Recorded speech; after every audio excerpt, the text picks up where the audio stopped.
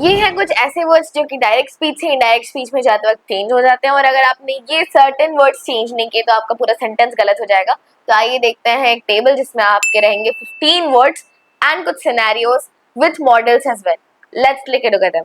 Then number 12, may changes to could. अगर आप permission मांग रहे हैं तो for example he said may I come in, and in direct speech it is he said if he could come in. अगर आप किसी चीज के लिए परमिशन मांग रहे हैं तो may becomes could, that is may I come in changes to if he could come in.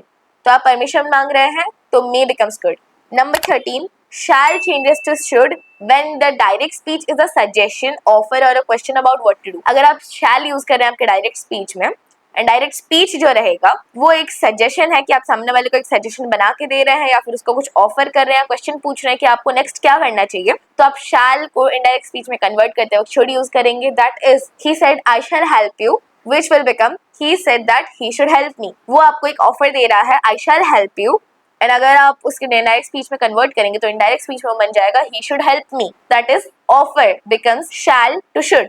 Number 14, shall changes to would. अगर आप शैल में एक फ्यूचर इंडिकेट कर रहे हैं, फ्यूचर टेंस के लिए इंडिकेशन होगा या फिर आपका एक सिंपल फैक्चुअल स्टेटमेंट होगा, तो फिर आप शैल को वुड बनाएंगे। Number 14 example becomes I shall go to the market, she said that she would go to the market. यहाँ पे एक फ्यूचर टेंस को इंडिकेट किया जा रहा है, एक फ्यूचर प्लान को इंडिकेट किया जा रहा है कि वो मार्केट जाएगी, I shall go to the market. अगर आप इनडायरेक्ट स्पीच में चेंज करेंगे it becomes she said that she would go to the market.